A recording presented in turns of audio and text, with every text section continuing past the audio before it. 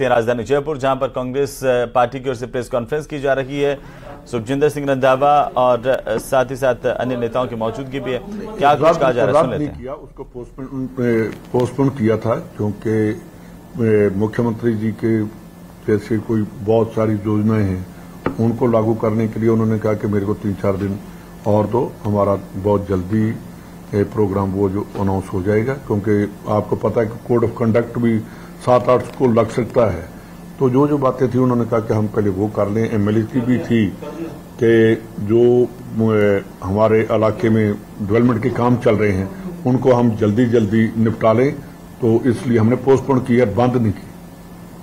Sir, Kaveri पे उन्होंने बोला है कि आज एक स्टेट दूसरे स्टेट से लड़ रहा है, पानी प्रोवाइड नहीं करा रहा है, पर जब मैं गुजरात का सीएम था तब मैं राजस्थान को पानी प्रोवाइड कराया और उसमें कोर्ट का कोई मैटर नहीं। चले जाएं वापस गुजरात, हम थोड़े मना कर रहे हैं और भी न्याय करने जाकर बैठे वहां, हम तो मना कर ही नहीं रहे साहब।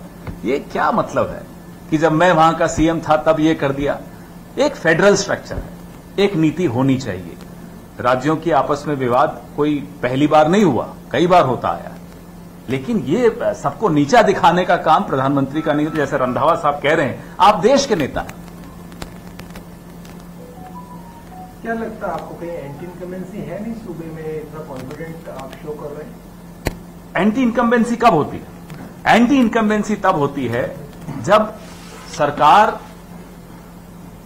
पैमानों पर खरी नहीं उतरी हो, जब आपके विपक्ष जो यहां का है वहां के विधायक तक कह रहे हो कि सरकार की योजनाएं जनहित की हैं। आज तो प्रधानमंत्री भी एक तरह से सर्टिफिकेट देकर चले गए कि जनहित की योजनाएं हैं, तो किस बात की एंटी इनकम्बेंसी?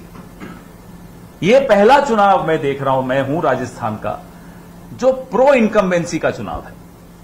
अक्सर इस राज्य में प्रो इनकम्बेंसी का चुनाव पिछले 30 साल से तो नहीं देखा गया। पहली बार यहां प्रो इनकम्बेंसी का चुनाव हो रहा है, और होगा भी। जब देश का प्रधानमंत्री यहां आकर महिला अत्याचार की बात करे और अपने आंगन में बृजभूषण जैसे लोगों को पाल रहा हो, तो लोग उसकी बात को गंभीरता से कैसे लेंगे? जब देश का प्रधानमंत्री राजस्थान की अस्मिता के साथ खिलवाड़ करे और आकर बोले आप लोग सब अपराधी हो, महिलाओं के खिलाफ अपराध करते हो, और अपने आंगन में कठुआ जैसे बलात्कारियों के साथ खड़े हुए नेताओं को पालता हो, तो आप बताइए उसकी बात को गंभीरता से कौन लेगा? मणिपुर के बारे में चर्चा करने की हिम्मत नहीं करता हो, तो बताइए उसकी बात को गंभीरता से कौन लेगा? की बात को तो गंभीरता से लेंगे। उन्होंने कहा क्लोज फाइट है राजस्थान में, एमपी और कौन बोला? राहुल जी ने।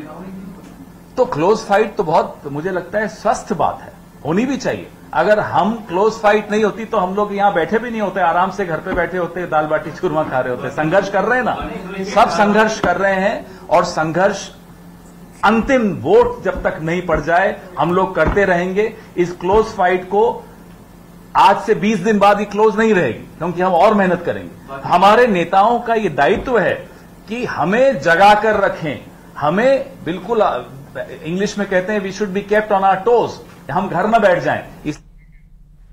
पवन खेड़ा को आप सुन रहे थे पीसीसी के वॉर रूम से, और प्रेस कॉन्फ्रेंस करते हुए निशाना साधते हुए भारतीय जनता पार्टी पर। फिलहाल इस बुलेटिन में इतना ही। आप देखते